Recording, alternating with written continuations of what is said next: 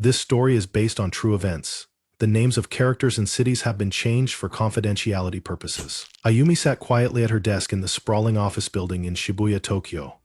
The fluorescent lights above flickered intermittently, casting a dull glow over her neatly organized workspace. The hum of the air conditioning and the faint tap-tap of keyboards around her created a steady rhythm, almost like a pulse, an undertone to the frenetic energy of the office. The building, a towering monument of glass and steel, reflected the city's relentless drive, its shining surface offering a polished image of success and efficiency. Yet, beneath the glass exterior of this corporate world, Ayumi felt nothing but emptiness, a cold void that seemed to grow wider each day. At 19, Ayumi was already a cog in the well-oiled machine of corporate Tokyo.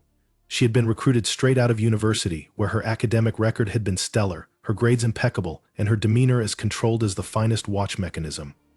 Her peers had described her as calm, focused, and reliable. These qualities, though prized by her superiors, also isolated her, marking her as different from the others in the office. She was rather proud of this characteristic moniker, and soon her peers were calling her by its original title, Laughing Girl, as she had flown the South Japanese Airlines for more than 10 years. Unlike her colleagues, who were quick to chatter over coffee breaks or engage in the latest gossip, Ayumi always kept to herself, a shadow lurking in the corners of the open-plan workspace. Her desk, though always tidy and organized, seemed somehow to distance her from the world around her. She barely noticed the animated conversations or the laughter that would occasionally rise up and then fall again as quickly as it had erupted. Yumi didn't belong to this world, not really. Her colleagues didn't know much about her, and she preferred it that way. There was nothing remarkable about Ayumi's appearance. She was slender, with dark eyes that were sometimes too wide, a pale face framed by straight black hair. Her features were delicate, almost ethereal, but it was a beauty that didn't demand attention. She wore simple clothes, modest, subdued colors, blending in, like a soft whisper in a noisy room. She was a woman who could vanish in a crowd, who could walk down the busy streets of Shibuya without anyone giving her a second glance, and she liked it that way. To be invisible was to be safe. To be unnoticed was to be protected from the world, from the expectations of others. She never sought the spotlight, never sought approval. Her work ethic spoke louder than her appearance, but even that at times felt more like a mask than a reflection of who she truly was. The office was a place of suffocating ambition, and Ayumi felt it weigh on her shoulders every day. Every time she entered the building, it was as if she stepped into a different world, one where success was measured by speed, productivity, and output. The relentless pressure to perform was something Ayumi had internalized from a young age, but it was not the pressure that had worn her down. It was the quiet ache of being alone in a crowd. The days blurred together, each one passing like the last, each hour stretching longer than the one before. Her colleagues talked about the latest trends, about personal victories, and whispered gossip about the company's upper management. But Ayumi had no interest in any of it. She wasn't interested in their promotions, their social lives, or their endless chatter about how great their weekend had been. She had nothing to offer in these conversations. No stories of her own to contribute, no personal triumphs to boast about. Her life outside of the office was a carefully guarded secret, one she kept from everyone, including her colleagues. There was no one she trusted enough to reveal the dark undercurrents of her existence. She had come from a difficult background, one that few people knew about, and she had never allowed herself to become vulnerable enough to let anyone in. Her childhood was a memory she tried to bury deep within her, like an old wound that, no matter how much time passed, never healed. Ayumi had grown up in a home that was both a sanctuary and a prison. Her mother, on the other hand, had been volatile, her moods swinging from tenderness to cruelty without warning. There had been moments of love, but they were fleeting, washed away by the coldness that would inevitably follow. Ayumi learned to keep her head down, to disappear when the storm clouds of her mother's anger gathered, to fade into the background when the harsh words came. Her mother's criticisms had shaped her, had carved deep grooves in her soul, making her feel worthless, like she would never measure up to the standards her mother had set. In school, Ayumi had been the quiet one, the student who always completed her assignments on time but never raised her hand to answer questions. She was often overlooked, both by teachers and peers. It suited her fine. The less attention she drew to herself, the better. Her grades were always excellent, but her teachers saw her as a quiet, unobtrusive presence. She wasn't the star student, but she wasn't the problem child either. She was the shadow, the one who sat at the back of the class and let the world pass by without leaving any mark on it. And in many ways, that's how she preferred it. But inside, In the private moments when she was alone, Ayumi felt a slow, growing sense of resentment toward the world that had ignored her, the world that had made her feel so small and insignificant. If she could stop hiding and let the world see her for who she truly was? But she never allowed herself to entertain such thoughts for too long. After all, there was no place for someone like her in the noisy, demanding world around her. The only way to survive was to keep quiet, to keep working, to keep her head down. The city of Tokyo, with its endless sea of people, its towering skyscrapers and neon lights, felt as distant to Ayumi as her own dreams. She had been born in this city, yet it never felt like home. The crowded streets, the rushing crowds, the never-ending flow of people, everything felt too fast, too loud, and she felt lost in it all. The streets were like a labyrinth, filled with voices that came and went, faces she would never know or remember. The people of Tokyo seemed to move with purpose, their lives full of ambition and energy. But Ayumi felt adrift, a mere passenger in her own life, watching others rush past her as she remained still, static, unnoticed. The city was her prison, but it was also her escape. She could be anyone here, anyone she chose to be, and yet she remained nothing more than a ghost. The office, too, was a place of contradictions. It was where Ayumi spent most of her waking hours, but it was also where she felt the most disconnected from the world. She was surrounded by colleagues, people who had their own lives, their own stories, their own struggles. But she never felt like part of their world.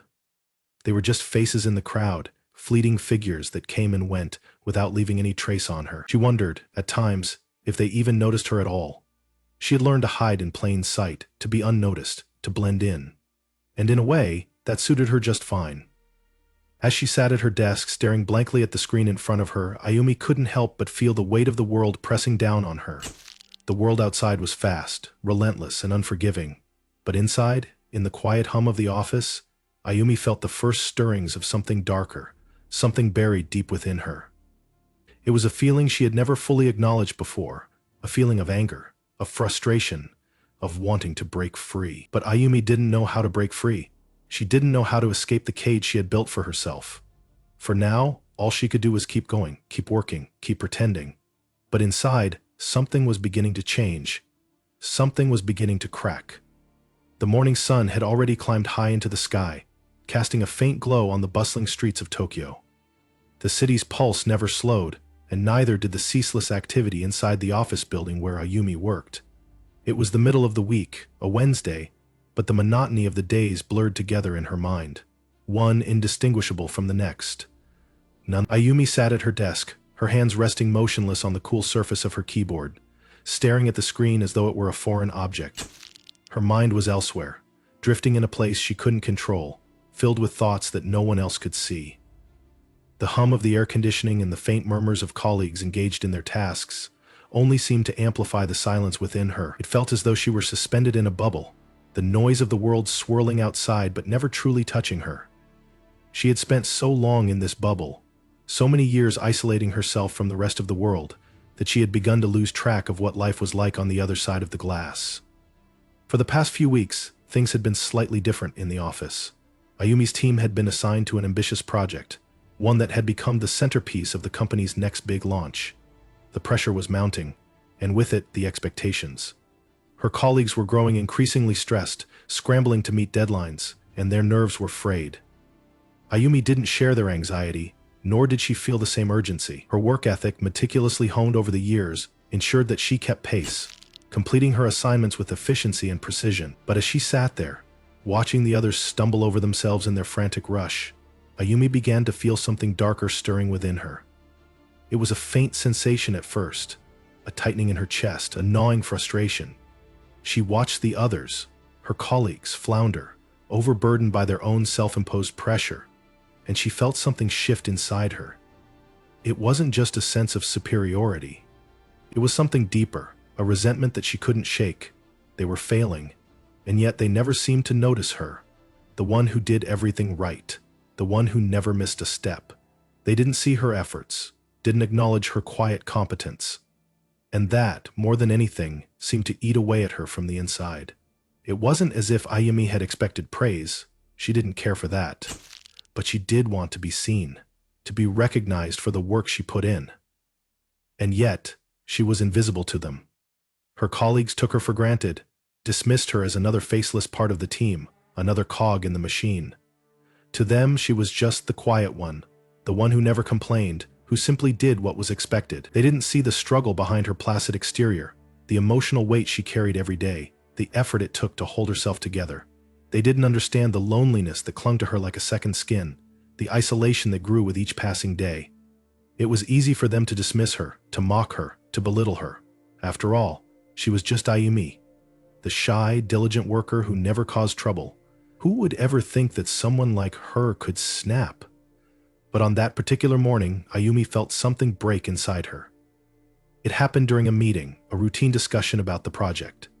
Her manager, Nishida, a man in his early 30s with a quick temper and a penchant for showing off in front of his superiors, called the team together for an update. The meeting room was filled with the usual faces, her colleagues, all of whom were running on little sleep and too much caffeine. Ayumi sat quietly at the table, her eyes downcast, her hands folded neatly in her lap. She had always preferred to remain in the background during meetings, listening more than speaking, but today was different. Today she felt a crackling tension in the air, a pressure she couldn't ignore. Nishida's voice echoed through the room, urging his team to provide more concrete results, to step up their efforts.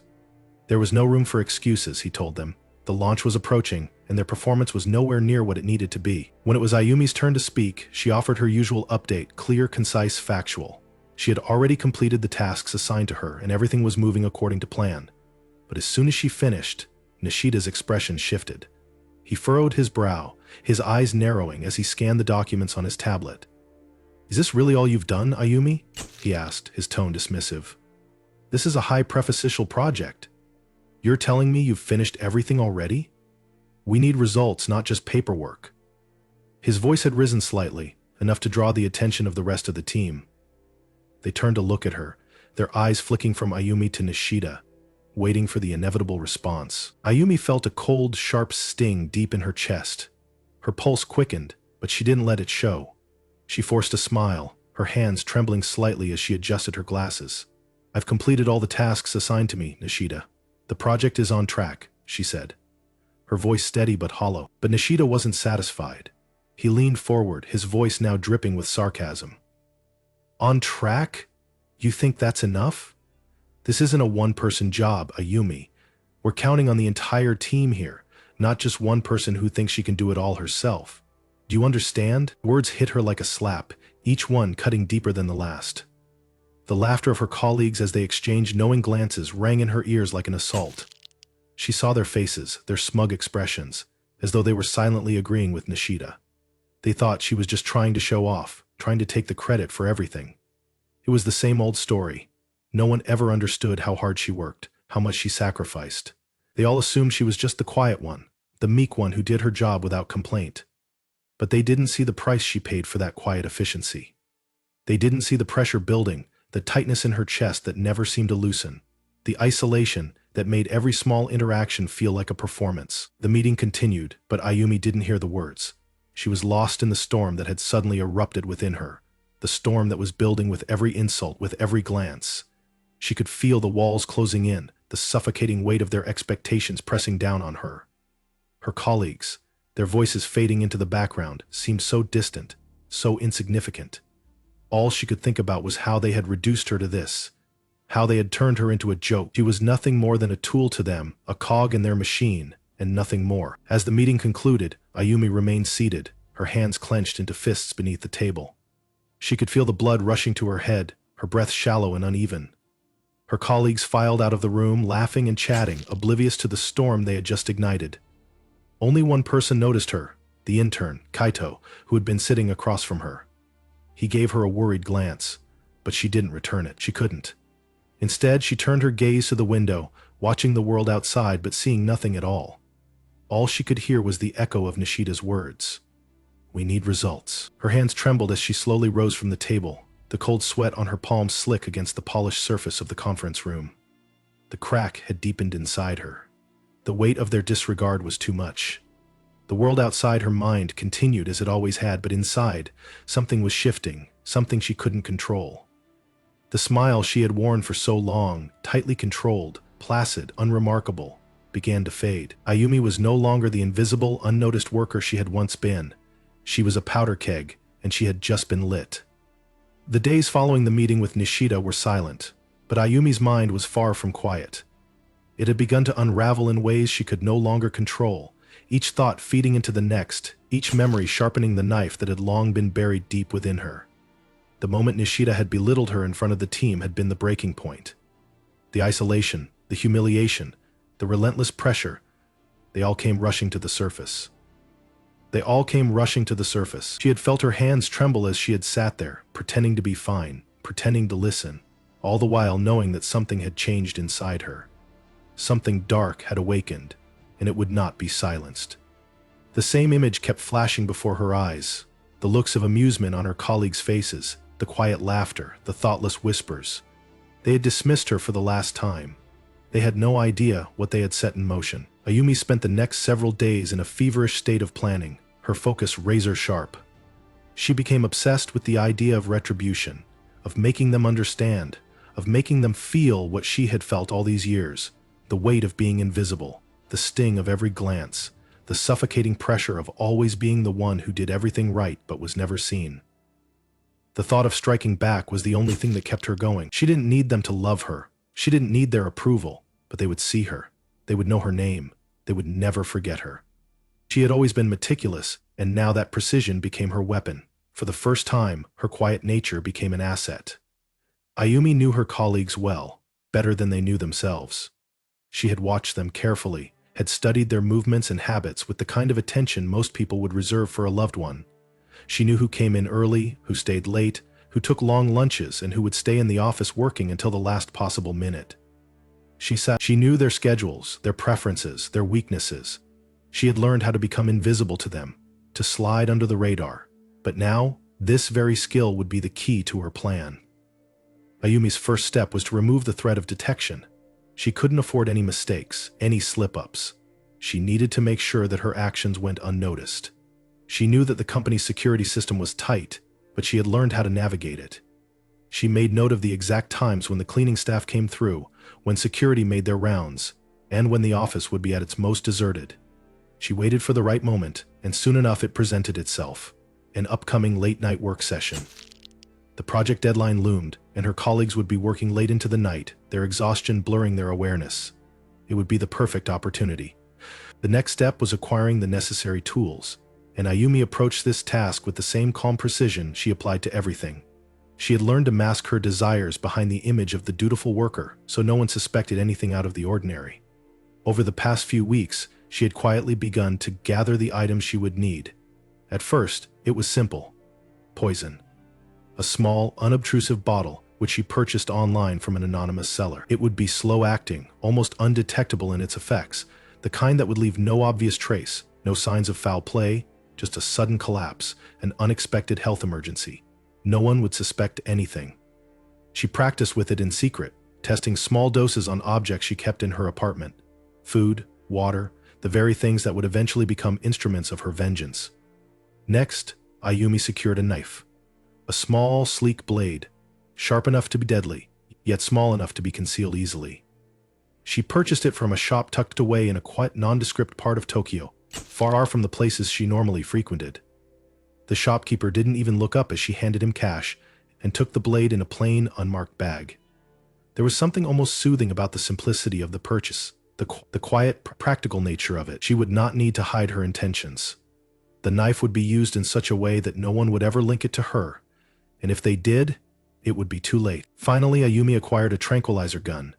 The idea had come to her one evening when she had been rereading a report about corporate security. The thought of using it had repulsed her at first, but as she researched, she discovered that tranquilizers were often used in security operations to incapacitate individuals quickly and quietly. The weapon would be small and discreet, just another tool in her arsenal. She wasn't sure how to use it at first, but that didn't matter. It would be easy enough to practice. She found a source online, an unassuming seller who dealt in the kinds of things no one would openly admit to needing. The gun arrived in a plain box, accompanied by a few vials of the tranquilizer solution. Ayumi felt a rush of power when she opened it. It felt so surreal, so detached from the world she had lived in. But this was the new Ayumi, the one who had realized that she didn't need to be passive any longer. She didn't need to wait for permission, for approval, for anything. She would take control of her life, of her future, and of the people who had mocked her. The world was not going to pass her by any longer. The next step was more psychological than physical. Ayumi needed to learn how to execute her plan without hesitation, without fear. Her initial hesitations were small, fleeting moments of doubt, but they were quickly drowned out by the growing sense of purpose that had taken hold of her. She practiced in private, imagining each colleague in their most vulnerable state, in the places where they would least expect an attack. She thought about the way they would look when they realized they had underestimated her. She imagined them gasping, their faces filled with surprise and terror, as she stepped into the light they had so often ignored her in. She would strike swiftly, in the darkness, when they were least prepared. Ayumi spent hours analyzing each of her targets. Nishida, the manager who had publicly humiliated her, would be the first. He was arrogant, self-assured, and often stayed late to finish his work. She knew he would be alone when the time came. His usual late-night meetings with upper management would provide the perfect cover. He was always the last to leave, always in the office when everyone else had gone home, and he was always the last to retire to his room for a long walk before bedtime. Ayumi had no doubt that he would be an easy target. The others would follow, each one chosen carefully, with deliberate precision.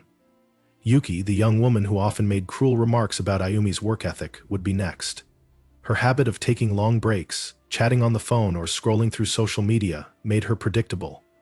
She would be vulnerable, in a quiet corner of the office, unaware of the danger creeping up behind her. Then there was Takashi, the overly confident coworker who had once complimented Ayumi on her efficiency, only to turn it into a joke when he thought she wasn't listening.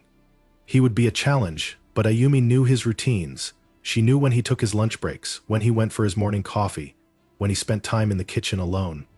There was no detail too small for Ayumi to overlook.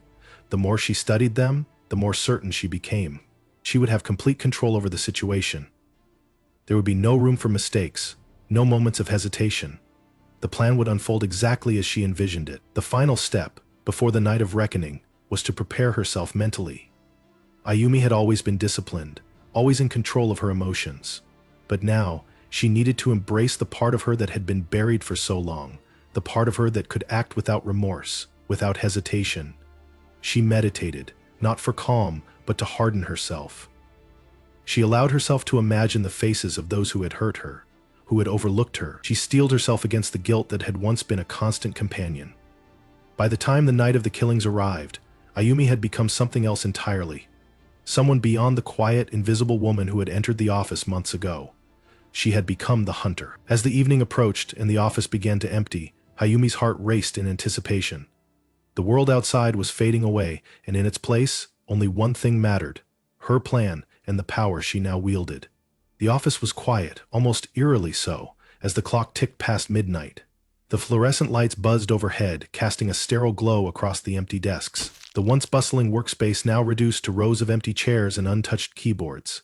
Ayumi stood in the doorway of the conference room, watching through the small window as Nishida, her manager, worked at his desk. He was hunched over a pile of reports, his face illuminated by the pale light of his computer screen. His tie was loosened, his shirt sleeves rolled up, the marks of a long night spent trying to salvage a failing project. The sound of his fingers tapping on the keyboard was the only noise in the room. But Ayumi's ears rang with an overwhelming silence that filled her entire being. This was the moment. This was the night when everything would change. Ayumi's heart raced, but her face remained calm. She had prepared for this, planned for it with precision. She knew everything about Nishida, the way he liked his coffee, the exact time he'd finish his final meeting call, the way he fidgeted with his tie when he was stressed. She had watched him long enough to know his patterns, his weaknesses. And now, with the office emptying out around her, the quiet almost suffocating, she knew that this was her time to strike. The others were gone, the last of the cleaning staff had finished their rounds, and the night stretched out before her, full of possibility. Nishida was alone, vulnerable in his isolation, just as she had once been. But tonight she was not the invisible one. Tonight, she would be the one in control. Ayumi glanced down at the tranquilizer gun she held in her hand, the weight of it steady in her palm. She had practiced with it, carefully measuring each shot, making sure her aim was true.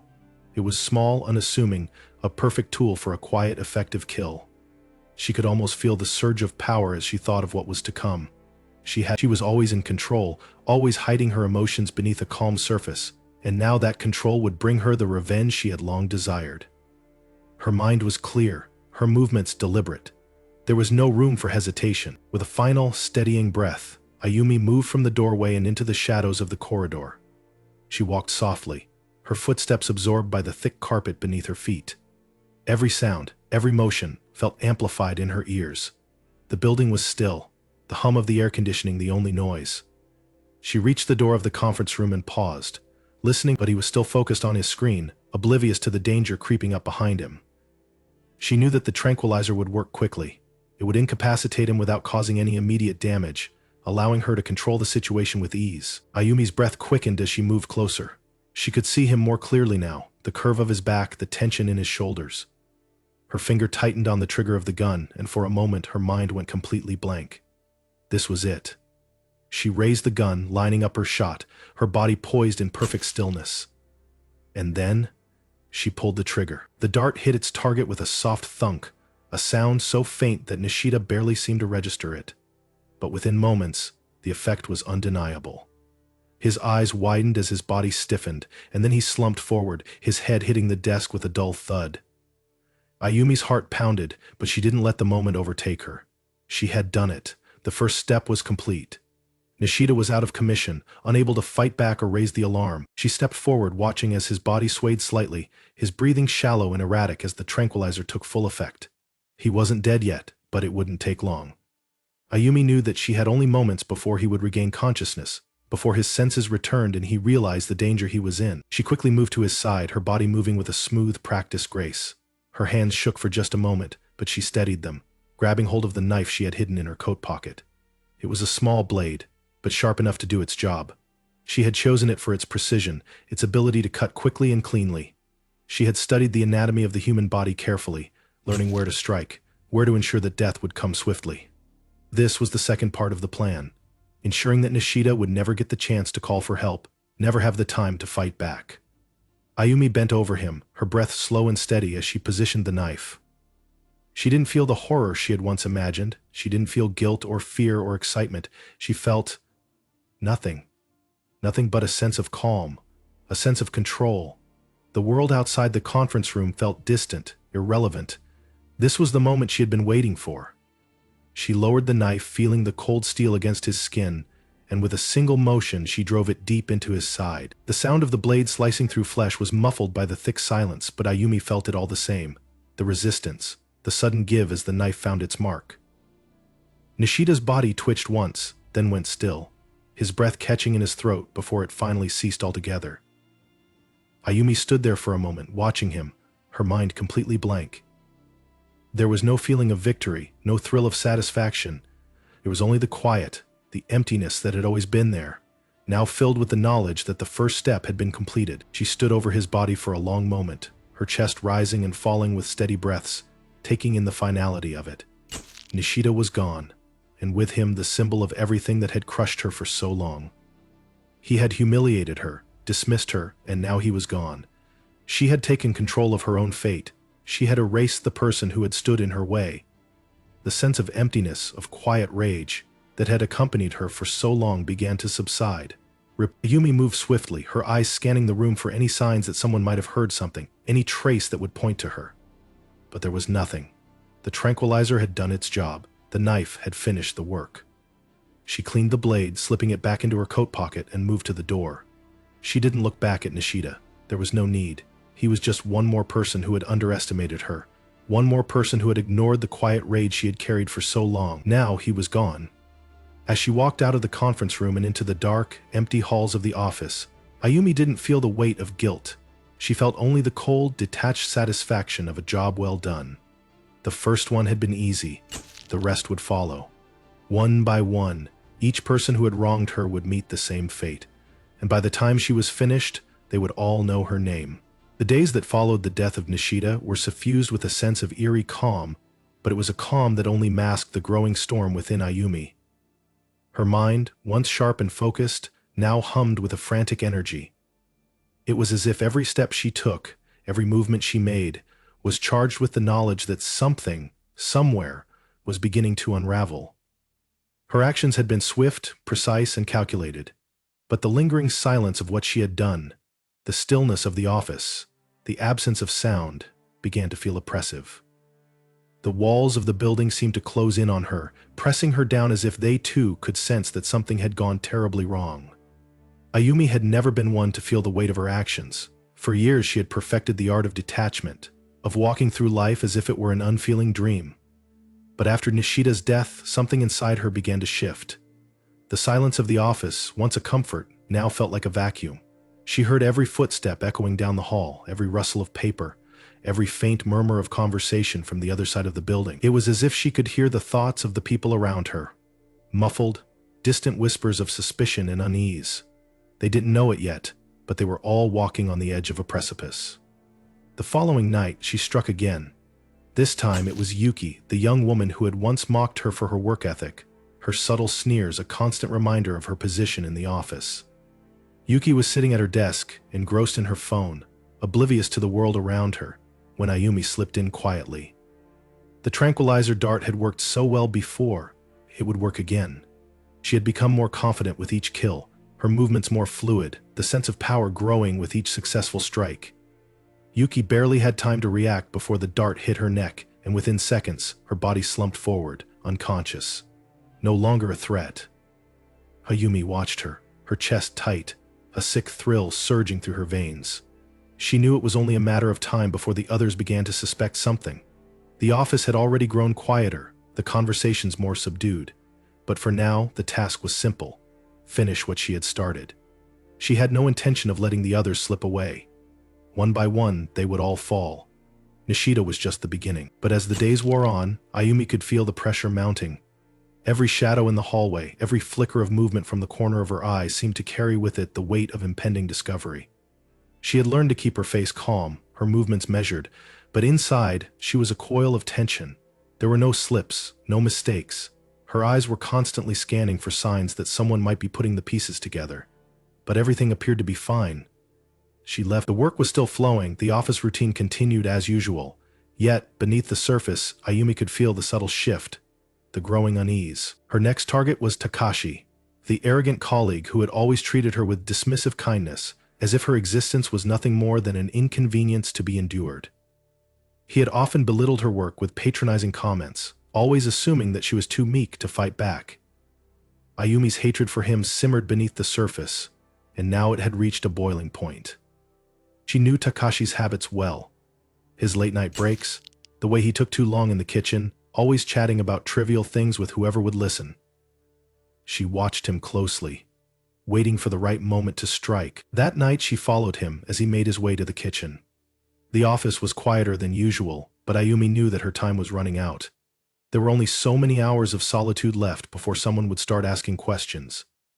She watched him as he stood by the coffee machine, his back turned to her, and without hesitation she moved.